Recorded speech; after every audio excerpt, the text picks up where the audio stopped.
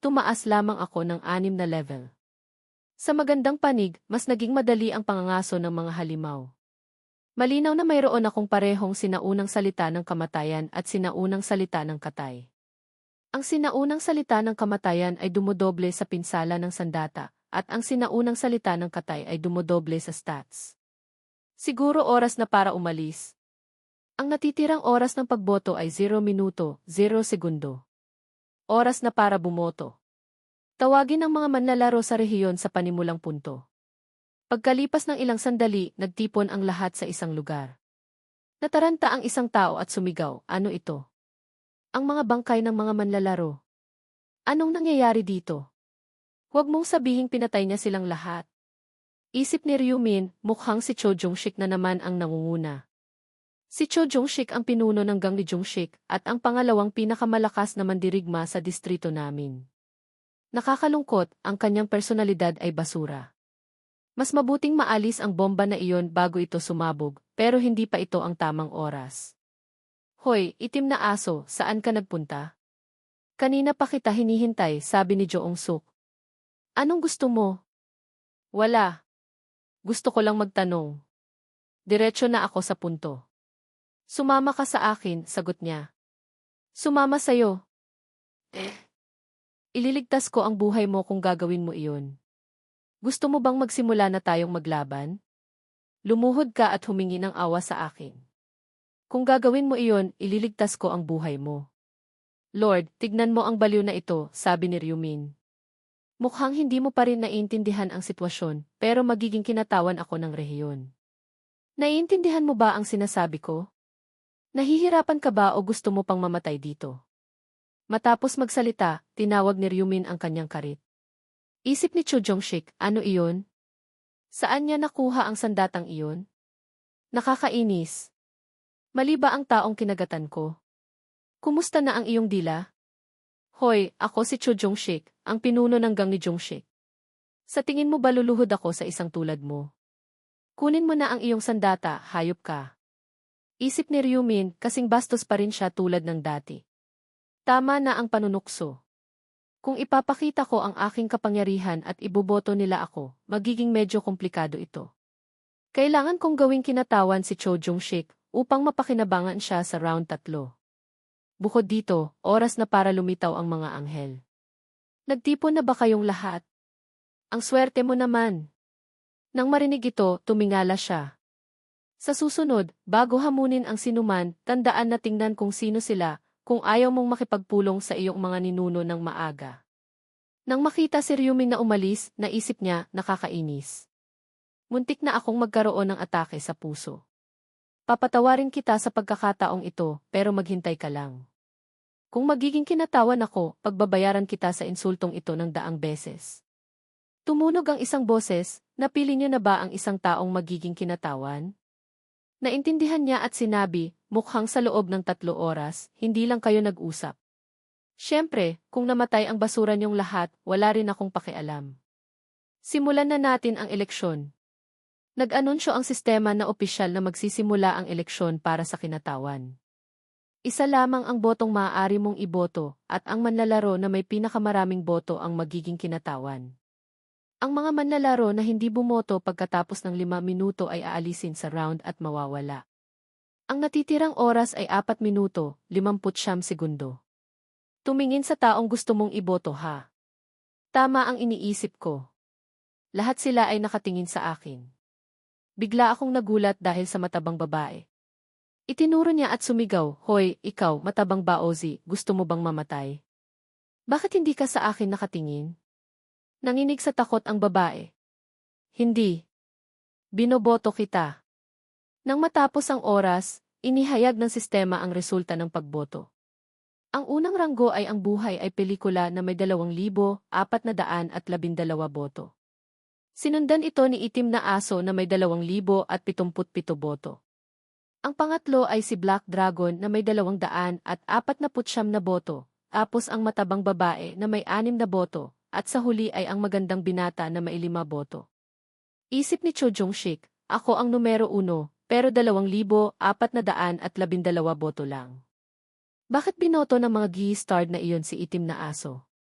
Nailathala ang resulta, ang buhay ay pelikula ang kinatawa ng rehiyon. Ibibigay ko sa iyo ang kapangyarihang mag-utos para makapag-utos ka sa lahat, anunsyo ng sistema. Nalaman niya na naging kinatawan siya ng rehiyon na may kapangyarihang mag-utos. Isip ni Cho Jong-shik, hihihi. Pagbabayaran mo ito sa akin. Ikaw, itim na aso. Kung utusan ko ang lahat na patayin siya. Lumitaw ang isang anunsyo, pansamantalang kasanayan. Kapangyarihang mag-utos. Binibigyan ka nito ng kapangyarihan na mag-utos sa mga manlalaro at kontrolin sila. Ang mga manlalaro ay hindi pinapayagang labanan ang iyong mga utos sa anumang sitwasyon. Ang limitasyon ng paggamit ay 1-0 beses. Ang kasanayang ito ay hindi nalalapat sa mga manlalarong may antas na G. Nang makita ito ni Cho Jong-shik, nagsimula siyang magkalkula. 1-0 beses lamang ito maaaring gamitin. At hindi ito gumagana sa mga may antas na I. Nangangahulugan iyon na maaaring baliwalain ng lahat ng mga manlalaro na may antas na I ang aking mga utos. Ipinagpatuloy ng sistema, mayroon ding isang nakatagong misyon sa round na ito. Nagulat siya at sinabing kinakatagong misyon. Round 2, side mission na ay level up bago ang eleksyon. Mag-level up sa antas na I at hanapin ang item para i-promote ang klase. Makakatanggap ka ng 50% diskwento sa item kung magtagumpay ka. Isang window ng misyon ang nagbukas, ngunit nalito ang ilang manlalaro.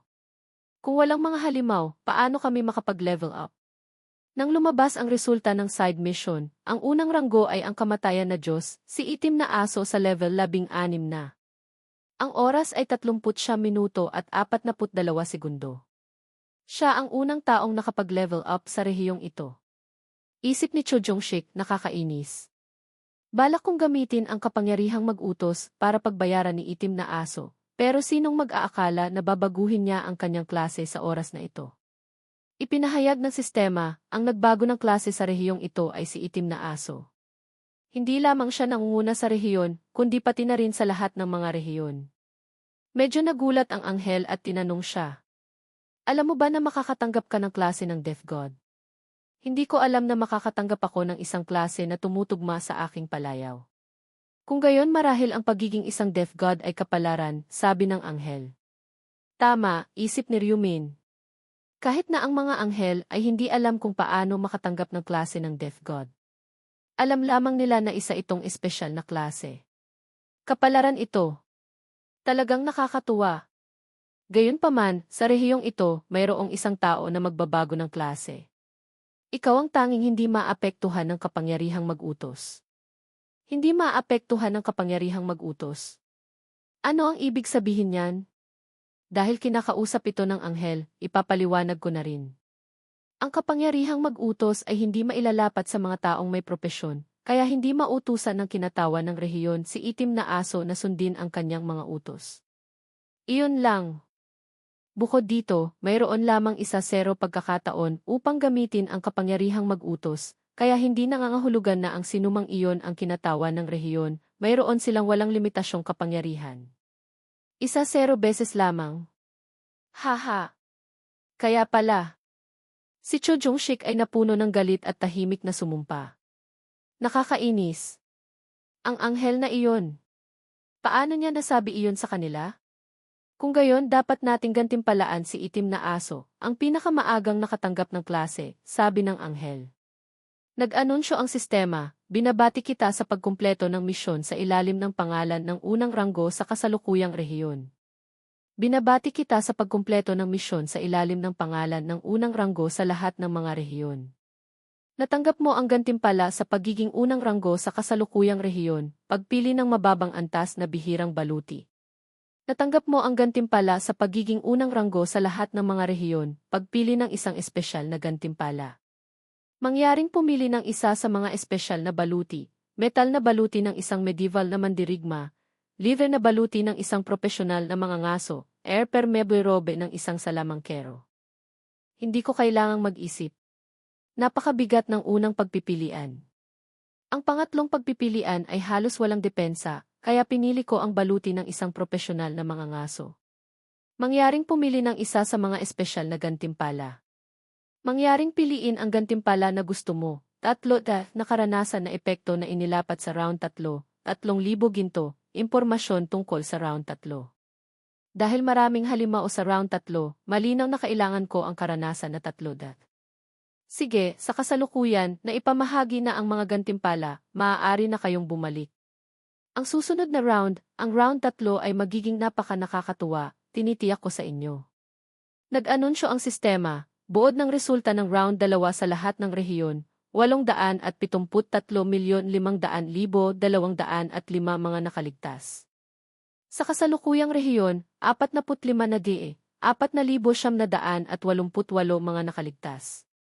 Ang mga kaluluwa ay ililipat sa lalong madaling panahon sa katawan sa espasyo na kasalukuyang umiiral 1-3 paghahati 2023 magsisimula ang susunod na round. Magkikita-kita tayo sa susunod na round. Pagbati sa iyong pagkaligtas. Ang kaluluwa ay ililipat sa lalong madaling panahon sa katawan sa espasyo na kasalukuyang umiiral. Sa sandaling ito, bumalik na si Yongmin Yuhyun sa kasalukuyan. Taranta siyang tumingin sa kanyang mga kamay. Buo pa rin ang aking mga kamay. Tulad ng inaasahan ko, hanggat hindi ako namamatay, kapag bumalik ako, buo pa rin ang katawan ko. Hindi na ako kailanman makikipag-away kay itim na aso. Hindi na. Nakakainis. Ayoko nang makipag-ugnayan sa taong walang pakiramdam na tulad niyan. Naghirap ka na, Arin. Ano po ba ang nagawa ko? Kayo po ang nagtiis ng lahat. Maraming salamat po sa pagprotekta sa akin. Yitset, ako ang iyong manager at bodyguard, kaya natural lamang na gawin iyon. At gusto ko ring pasalamatan si itim na aso muli. May paraan kaya? Hindi namin alam ang kanyang tunay na itsura, kaya walang paraan para mahanap siya. Mukhang ayaw ring ipaalam ni itim na aso ang kanyang pagkatao. Ayaw niya. Hindi ko ba siya tinanong ng numero ng account niya para bayaran siya?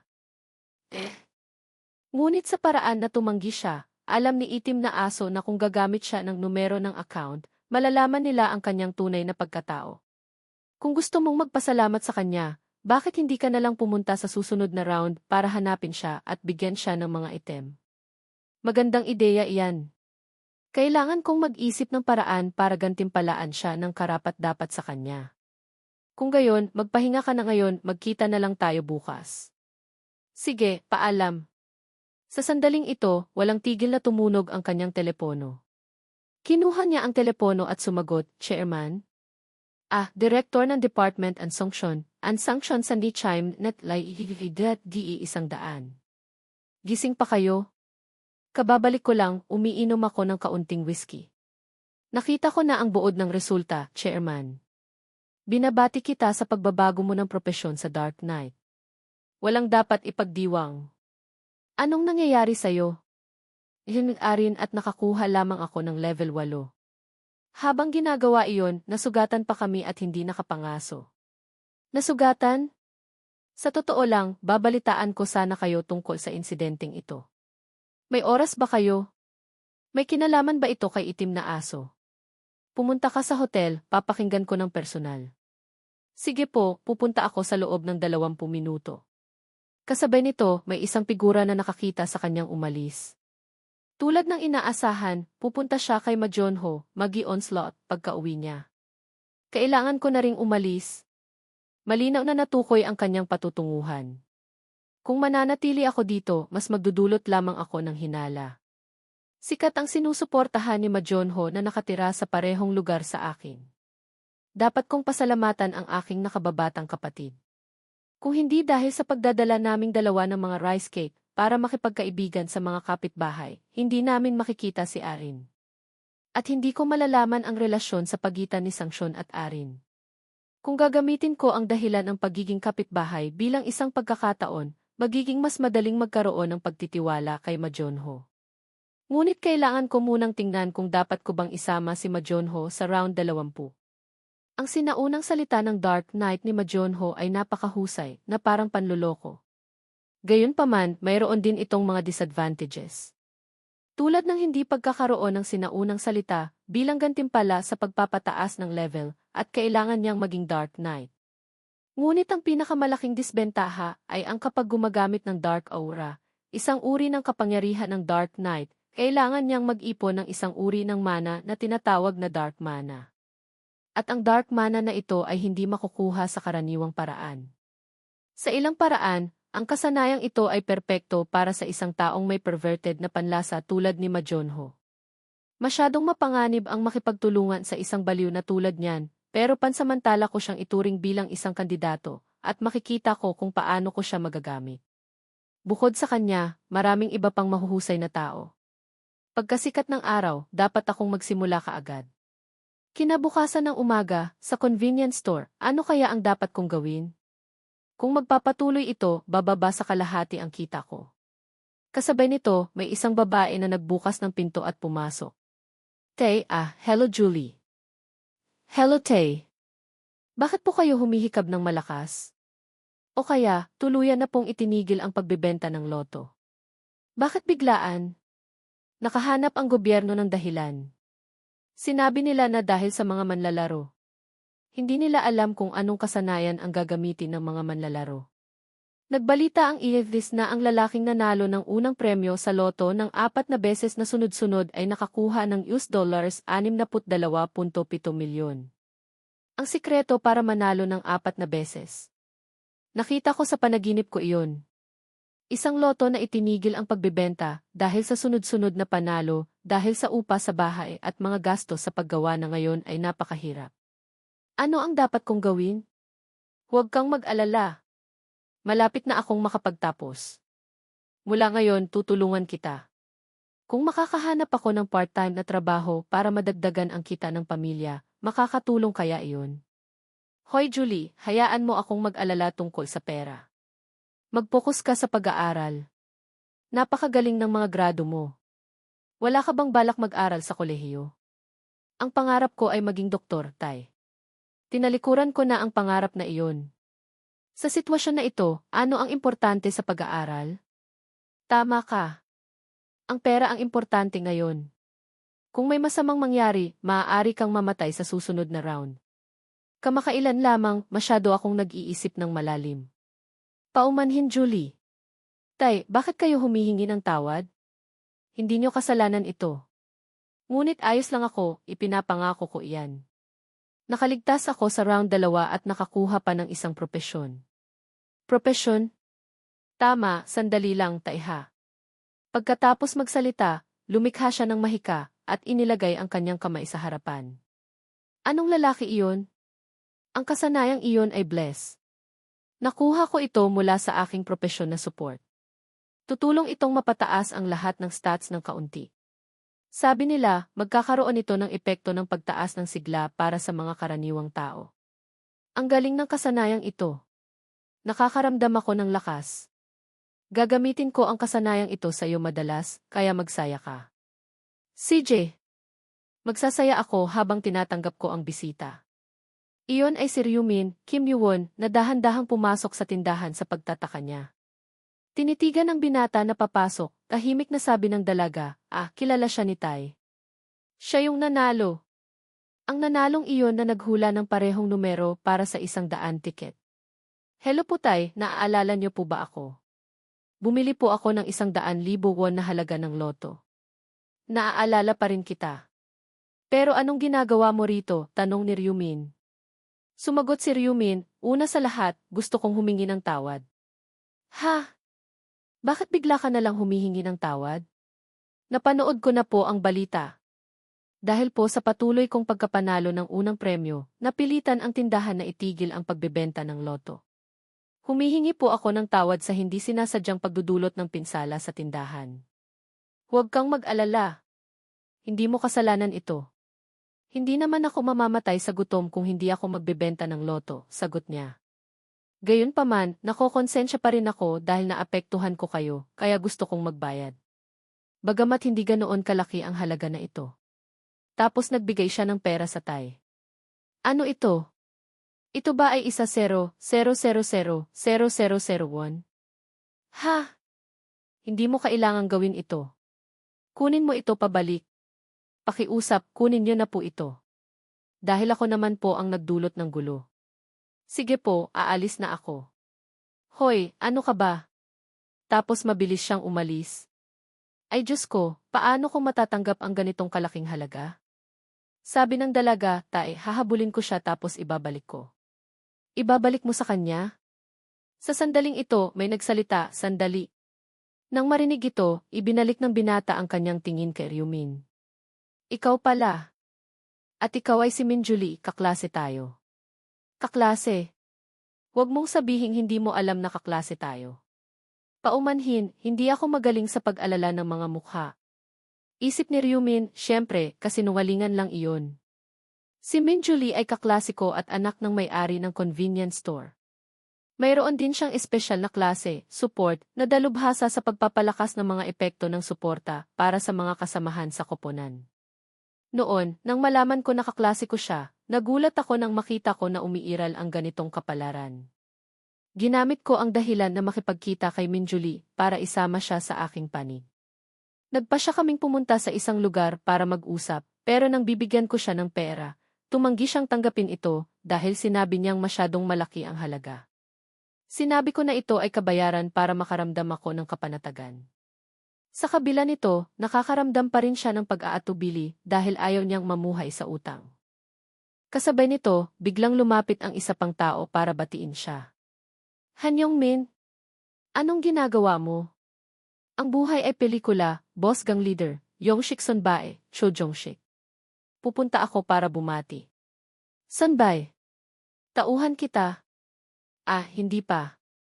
Isa lamang akong 20 taong gulang na binata na may pangarap na maging isang gangster. Isip niya, gusto niyang maging isang gangster. Siraulo ba ito? Ikaw ang aking modelo. Gusto kong sumali sa iyong gang. Paano ka? Ilalaan ko ang aking buong buhay para sundan ka. Pakiusap, tanggapin mo ako, isip ni Cho Jongshik. Sa buong buhay ko, nakatagpo na ako ng maraming kakaibang tao, ngunit ito ang unang pagkakataon na nakatagpo ako ng isang taong matapang na tulad nito. Gusto ko ang iyong espiritu. Tumayo ka. Pagkatapos nito, sinabi niya, bulag ka ba? Hindi mo ba alam na bumababa ang aking reputasyon?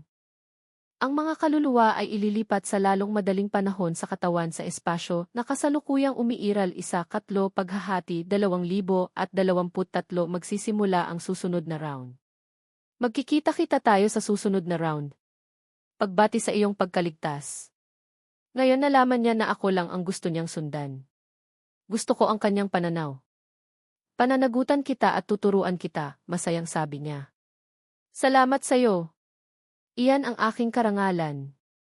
Ang baguhan ay sumali lamang sa gang ng buhay ay pelikula. Nababaliw na ba siya? Sabi ng isa, tulad ang naghahanap ng tulad. Isip ni Ryumin, sa pagkakataong ito, nakipag-team up din siya kay Cho Jongshik, Jo Ong-suk. Isang magandang bagay iyan. Pagkalipas ng ilang sandali, lumitaw ang isang anghel sa harap nila, at pagkatapos, nagsalita sa isang malakas na tinig. Nakarating na ba ang lahat? Ngayon, 90 katao ang kulang. Bakit kaya may kulang? Nag-anunsyo ang sistema. Ang pangunahing misyon ay upang protektahan ang banal na bagay sa loob ng 3 oras. Sa buong rehiyon, ang kabuang bilang ng mga kalahok ay 856,030,200 katao. Nakumpleto 0 paghahati 2,104, 007, 550. Sa kasalukuyang rehiyon, 4,550. Ang kabuang bilang ng mga kalahok ay 4,900. Nakumpleto 0 paghahati 1,225. Ha? Talaga bang kulang tayo ng mga tao? Paano nangyari iyon? Hindi maaari. Paano mamamatay ang sinuman na kapayapaan? Mukhang sa tunay na mundo, nagpatayan sila. Nag-aalala ako kung magkano pa ang kompetisyon na mayroon ka. Sandali. Pansinin niyo ang lahat. Ang bilang ng mga tao na maaaring pumasa sa round na ito ay 1,225. Ano? Isa sa 4 na lang. Nagtataka ang isang tao, may kasalanan ba ang anghel? Kasalanan? Tinuyan ng anghel, ano ang gusto niyo? Wala akong kasalanan. Mukhang nag-aalala kayo dahil bumaba ang bilang ng mga taong nakakumpleto ng misyon. Pero nakalimutan niyo ba? Sa bawat round, kalahati lamang ng mga tao ang nakaligtas, ngunit lahat kayo ay nakaligtas sa huling round, kaya sa round na ito, isa sa 4 na manlalaro lamang ang makakaligtas. Tama nga naman. Ano? Anong nangyayari? Walang anumang hindi patas. Kailangan lamang kayong magtrabaho ng husto para makapasok sa itaas na 25%. Sige, ipapaliwanag ko na ang mga patakaran ng round 3. Patuloy ang anghel, bawat 30 minuto, lilitaw ang mga halimao sa aking hukbo sa harap ng tarangkahan ng kastilyo at pupuntahan ang banal na bagay na matatagpuan sa sentro ng nayon. Magkakaroon ng 4 na sunod-sunod na pag-atake.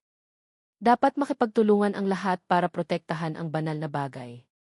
Makakatanggap kayo ng mga karagdagang gantimpala kung poprotektahan nyo ang banal na bagay sa loob ng 3 oras. Kung hindi, magdurusa kayo sa mabigat na parusa.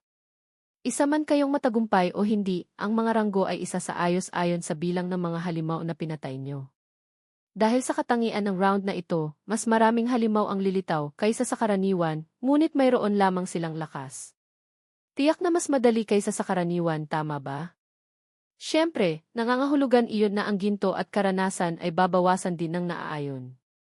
Isip ni Cho Jong-sik, kailangan ko lamang pumatay ng maraming halimaw.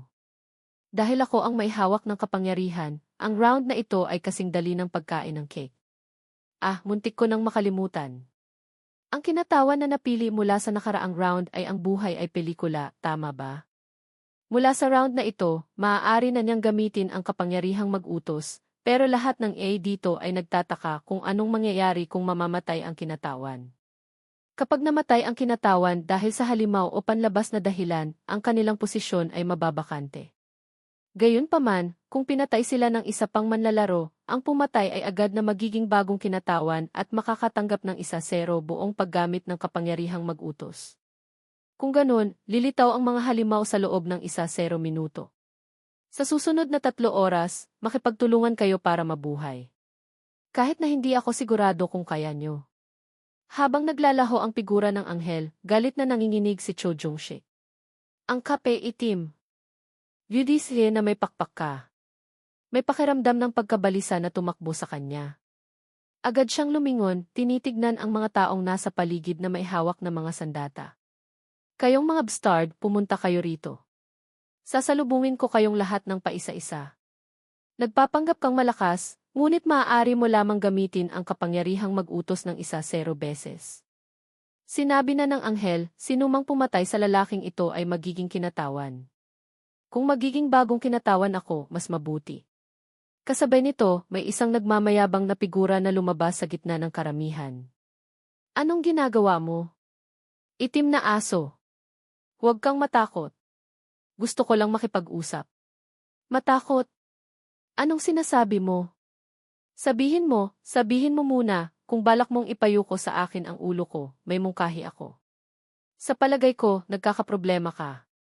Gusto mo bang protektahan kita? Ano? Poprotektahan kita mula sa ibang mga manlalaro na nangangahulugang gagawin kitang personal na bodyguard. Ano? Poprotektahan ni itim na aso ang buhay ay pelikula? Anong ibig sabihin nito? Nangangahulugan iyon na haharapin natin si itim na aso. Kung ganun, ano ang dapat nating gawin ngayon?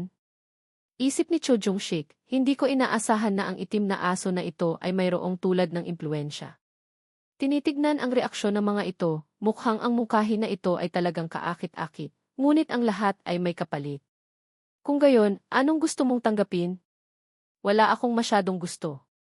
Kailangan mong sundin ang lahat ng aking mga utos. Iyon ang kondisyon. Ano? Isip ni Cho Jong-sik, hinihiling niya sa akin na maging tagasunod niya. Bakit ka nagbibigay ng suhestyon na tulad nito? Hindi ako makapagsalita. Sinabi mo sa akin na sundin ang mga utos, ngunit anong uri ng utos sa huli? Hindi ko rin masasabi ang tungkol dyan. Kailangan mo lamang sundin ako ng walang pasubali. Isip niya, gusto mo bang sundan kita habang buhay? Hindi ako madaling maloko. Malalaman ko. Kung hindi ako tumanggi, ano ang mangyayari? Hindi niya basta-basta atakihin ako sa gitna ng araw, tama ba? Pumili ka, naghihintay ang iba sa iyong desisyon.